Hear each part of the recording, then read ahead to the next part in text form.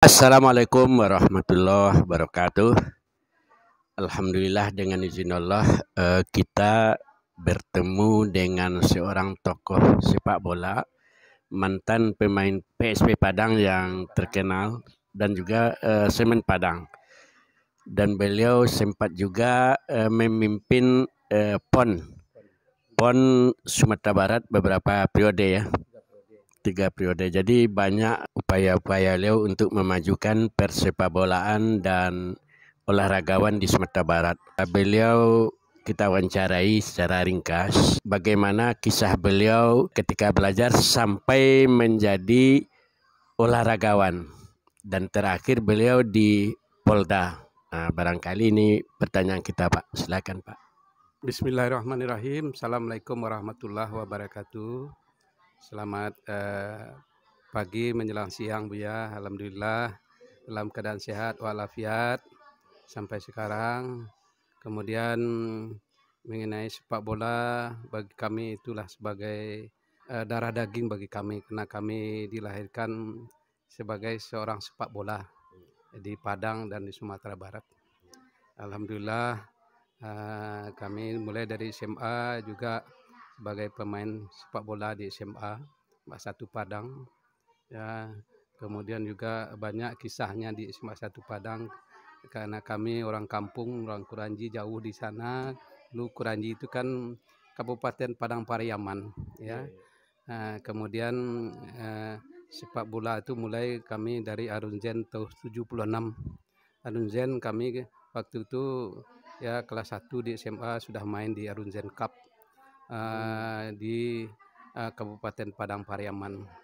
Kemudian setelah itu juga main sepak bola di pelajar Sumatera Barat, mewakili Sumatera Barat ke pusat ke Jakarta. Manajernya Sukardi, ya, Kepala Dinas Pendidikan Kota Padang. Dulu beliau adalah wali kota Salunto, kemudian pindah jadi kepala dinas. Kemudian kepala dinas tidak salah Sumatera Barat beliau, ya. Selesai SMA kemudian main di PSP Padang, pernah main di Semen Padang. Akhir 81 kami masuk polisi. Di polisi kami main di POP, kemudian main di PSP Padang. Itu waktu itu kejuaraan antar perserikatan 12 klub dulu, hanya 12 klub, mulai dari ujung Aceh, Persiraja, PSMS, PSP. Sumatera itu ada 3 dulu. Kemudian di Jawa itu Persija Jakarta, Persib Bandung, Persis Semarang, kemudian Surabaya, PSM Makassar. Kemudian Jayapura, masuk PSDS Deli Serdang, lalu masuk juga Sriwijaya, perserikatan yang ada dulu, ada 12 perserikatan. Kemudian baru setelah itu PSSI ada yang profesional seperti Semen Padang, ada Arseto, ada Indonesia Muda, ada Perkesa. Kemudian sekarang kan sudah campur aja. Ada kasta 1, ya, kasta 2, kasta 3, kasta 4. 2004 kami Sumbar, kami juga waktu itu sebagai pelatih dengan Saprianto membawa PON Sumbar ke Palembang, ya, 2004. Ya, yang mana materinya waktu itu sangat bagus-bagus lah. Enki Ardiles, Octavianus, ya, Febi Hamzah, Imran Hading, banyak yang lain. Alhamdulillah bisa kita masuk semifinal di PON di Palembang. Kemudian pada juga membawa PON ke Samarinda, ke Kaltim, ya. Kami waktu itu duduk sebagai wakil manajer. Manajernya itu Pak Dodi Riswandi, Kepala PU Sumbar, wakil manajer. Ya, alhamdulillah waktu itu masuk semifinal di Samarinda, Kalimantan Timur. Kemudian ya pemain-pemain waktu itu seperti Rudi Doang, ya, Gusri Uncu. Ya. Setelah selesai PON banyak dikerut oleh pemain liga, ya. Kemudian pada tahun 2012 membawa PON juga ke Riau. Di sana nggak masuk semifinal karena ya materi pemain lah yang agak kurang waktu itu. Ya, alhamdulillah tapi kita bisa mengikuti PON 3 kali, 2004, 2012 dan 2004, 2008 dan 2012 ya. Pemainnya waktu 2012 itu yang terakhir itu Irsad Maulana ya. Irsad Maulana bintangnya waktu itu. Kan ada nama-nama yang beken ya. Dari PSSI atau Persepakbolaan Sumatera Barat yang menjadi kenang-kenangan bagus bagi masyarakat Sumatera Barat khususnya PSP kan. Ada nama-nama dulu, ada Codot atau Irawaduska kan.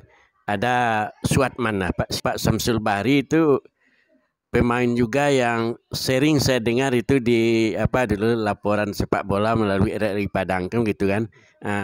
Jadi Pak Samsul Bahri sebagai pemain waktu itu siapa-siapa saja angkatannya itu Pak? Alhamdulillah kalau Iradi Uskar Codot itulah senior kita itu.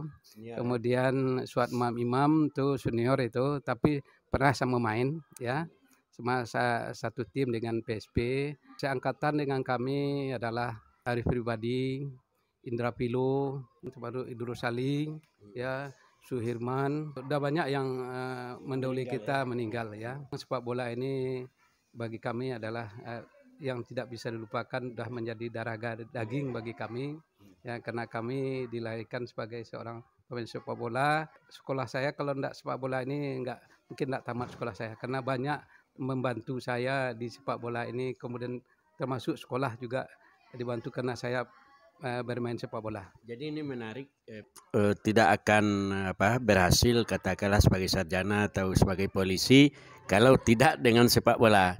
Mungkin ada pengalaman menarik bagaimana mereka-mereka yang membantu Bapak sebagai seorang siswa lah waktu itu kan, supaya sekolahnya lancar. Kan bagaimanapun tokoh masyarakat, apakah wali kota waktu itu atau gubernur atau gimana perhatian mereka Pak?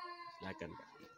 Alhamdulillah waktu kami bermain sepak bola memang pemimpin-pemimpin itu cukup perhatian dengan sepak bola, apalagi dengan pemainnya. Ya, sampai pemain itu ya kalau waktu sekolah itu uang sekolahnya ya kepala sekolah yang membayar. Ya.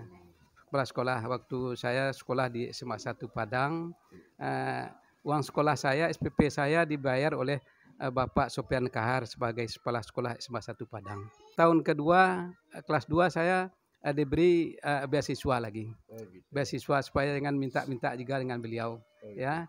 Kemudian kelas 3 orang kan mendapat beasiswa itu 1 kali. Saya 2 kali dapat, kelas 3 saya juga dikasih. Ya, alhamdulillah lancar proses belajar saya, dan uang sekolah bisa dibayar dengan uang Jadi intinya pemerintah waktu itu sangat peduli dengan anak-anak yang berbakat dalam olahraga. Kalau sekarang bagaimana Pak? Kalau dulu kami lihat termasuk wali kota, apalagi Pak Gubernur waktu itu, Pak Gubernur Pak Azwar Anas itu sangat perhatian sekali dengan pemain-pemain yang berbakat, bukan sepak bola saja, voli, badminton, ya, bulu tangkis, ya, apalagi sepak bola, beliau itu sangat antusias sekali memperhatikan pemain itu, ya. Termasuk Pak Sarwujud sebagai wali kota itu sangat peduli sekali dengan pemain-pemain yang berbakat. Pasti beliau kalau dah tidak ada pekerjaan, beliau carikan pekerjaan, ya, beliau carikan, ya, minimal kalau tidak di PDAM, kemudian di pos, kalau tidak di Telkom, ya.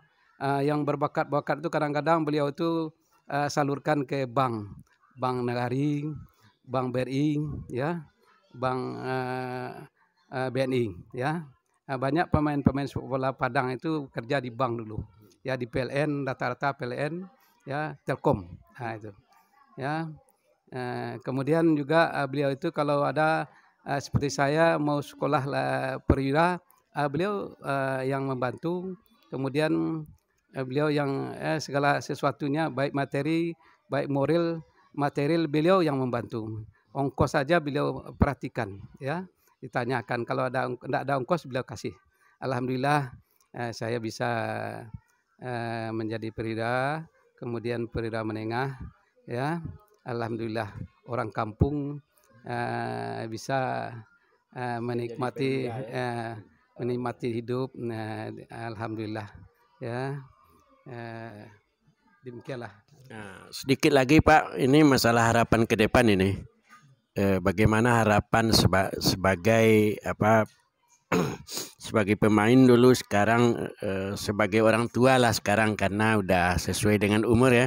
Bagaimana harapan ke depan termasuk kepada anak-anak, gimana harapannya pencinta olahraga ini di Sumatera Barat, termasuk harapan kepada pemerintah. Terima kasih. Kalau dapat harapannya supaya olahraga ini ditumbuh kembangkan. Apalagi sekarang ini gangguan terhadap anak-anak muda sekarang sangat banyak sekali, sangat rentan sekali. Ya, kalau anak-anak ini tidak dibina dengan olahraga dengan baik, ya apalagi sekarang tawuran, kemudian termasuk narkoba, ini sangat berbahaya sekali. Ya, tawuran ya ini sangat berbahaya sekali bagi anak-anak kita, merisaukan sekali. Ya, kemudian harapannya supaya pemimpin kita dapat memperhatikan ini anak-anak muda ini, disalurkan, kemudian dibina, ya dan diperhatikan. Ya, yang berprestasi ya kita salurkanlah ke tempat-tempat yang pantas, seperti pejabat-pejabat yang terdahulu seperti Pak Azwar Anas ya sebagai gubernur, seperti Pak Saruhujud sebagai wali kota. Diperhatikan betul anak-anak yang berbakat, yang mempunyai prestasi baik dalam kehidupannya, baik dalam pekerjaannya, diperhatikan betul ya. Mungkin itu saran kita, hendaknya pemimpin itu bisa memperhatikan orang-orang potensi dan orang-orang yang berbakat yang mempunyai keahlian dalam olahraga, baik sepak bola, volleyball, ya bulu tangkis. Ini disalurkan di tempat-tempat yang layak untuk menyambung kehidupannya. Mungkin ini yang terakhir Pak ya, terkait dengan dengan olahragawan ke depan ini, atau persepak bolaan, atau yang berhubungan dengan olahraga lah ke depan kan. Bagaimana harapan Bapak terhadap terhadap masyarakat ini? Kalau tadi kan terhadap pemerintah, kemudian terhadap siswa kan, terhadap masyarakat juga. Nah, kan dulu ada simbolik ya, mengolahragakan masyarakat dan memasyarakatkan olahraga. Apakah perlu itu digaungkan kembali atau bagaimana Pak? Apalagi Bapak ini beliau lengkap ini sebagai pengurus masjid yang udah berapa periode, udah lama Pak ya? Sudah 19 tahun. 19 tahun menjadi ketua pengurus masjid di lingkungan beliau, dan masyarakat tidak mau menggantinya. Ini walaupun sudah berkeinginan janganlah saya lagi setiap apa, tapi masyarakat tetap Bapak aja lah Pak. Jadi mengolahragakan masyarakat dan memasarkan olahraga, apakah perlu itu kita gaungi lagi, dan bagaimana mengefektifkannya dengan pemuda masjid. Nah, kan saling terkait itu Pak ya. Mungkin. Terima kasih Bu ya. Hendaknya demikianlah supaya olahraga itu dibudayakan, ya, ditumbuh kembangkan di masyarakat itu, ya, supaya membudaya di masyarakat, mendarah daging bagi dia, ya. Kalau yang berbakat-bakat itu disalurkan, dibina, ya, karena banyak klub-klub sekarang ini tidak ada penyalurannya, kemudian kompetisi tidak jalan, kompetisi itu tidak jalan, apalagi di Padang di Sumatera Barat. Hanya yang ikut itu aja orangnya. Kalau dulu banyak seluruh kabupaten kota ikut ya, diwajibkan ikut ya.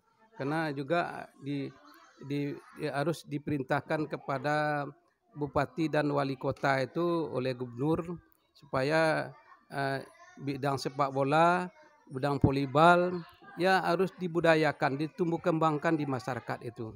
Supaya kita, karena ini event-event olahraga ini sekali 5 tahun digelar di Indonesia. Ya, langkah sayangnya kita nanti tidak ikut. Alhamdulillah waktu dulu itu kemarin juga Sumbar itu ikut pada PON tidak salah di Aceh dan Sumatera Utara. Karena dia lolos PON sepak bola, karena Aceh itu tidak ikut lagi dalam seleksi prapon. Sumut juga tidak ikut dalam seleksi. Dia langsung sebagai tuan rumah, dia langsung menjadi peserta. Kemudian alhamdulillah kemarin itu Sumbar lolos, tetapi tidak mempunyai prestasi di PON ya. Hendaknya untuk tahun-tahun berikutnya, tak salah 4 tahun lagi ini PON sudah ada, sudah melaksanakan. Hendaknya kita dari sekarang ini mempunyai persiapan yang matang supaya dalam prapon atau perwil nanti kita tidak ketinggalan ya. Jauh-jauh hari perlu dipersiapkan. Kemudian perlu kita cari-cari bibit ke daerah-daerah. Kemudian setelah dapat pemain ini dikumpulkan, kita di-TC-kan di Padang atau di mana ya. Itu adalah kalau sepak bola tugas PSSI Sumatera Barat ya. Kemudian juga ditunjuk siapa manajernya yang pilot ya, bukan asal-asal jadi aja ya. Karena ini event-event nasional perlu kita persiapkan jauh-jauh hari ya. Satu ya. Terima kasih Pak Haji, mudah-mudahan diridhoi oleh Allah untuk Sumatera Barat ke depan lebih-lebih olahraga, karena olahraga itu penting untuk menyehatkan badan termasuk menyehatkan pikiran. Mudah-mudahan ada manfaatnya. Billahi taufiq wal hidayah. Assalamualaikum warahmatullahi wabarakatuh.